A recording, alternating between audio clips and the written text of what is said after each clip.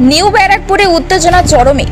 বিজেপির পার্টির অফিস খোলাকে কেন্দ্র করে তৃণমূল ও বিজেপি সমর্থকদের মধ্যে রাস্তায় ধস্তাধস্তি ও মারপিট। ঘটনাস্থল নিউ ব্যারাকপুর। অভিযোগ, সরকারি জমি দখল করে বিজেপি পার্টি অফিস তৈরি করা হয়েছে।